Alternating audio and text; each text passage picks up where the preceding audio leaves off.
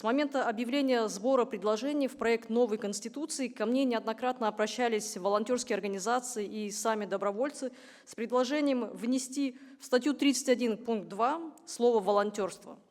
В этой связи предлагаю, чтобы в Республике Казахстан наряду с поощрением создания социального обеспечения благотворительности было закреплено поощрение и волонтерство.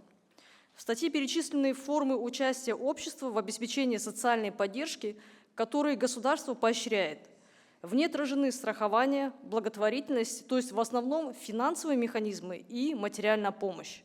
Но не указана другая важная форма поддержки людей – это личный безвозмездный труд наших граждан. Именно волонтеры помогают при чрезвычайных ситуациях, в больницах, в социальной сфере, поддерживают пожилых людей, людей с инвалидностью и оказывают помощь семьям, оказавшимся в трудной жизненной ситуации. Это реальная часть системы социальной поддержки, которая уже действует по всей стране. Слово «волонтерство» делает норму логически полной. В этом случае государство поощряет не только ресурсы и механизмы, но и само участие граждан. Я выступаю с этой инициативой от лица всего волонтерского движения.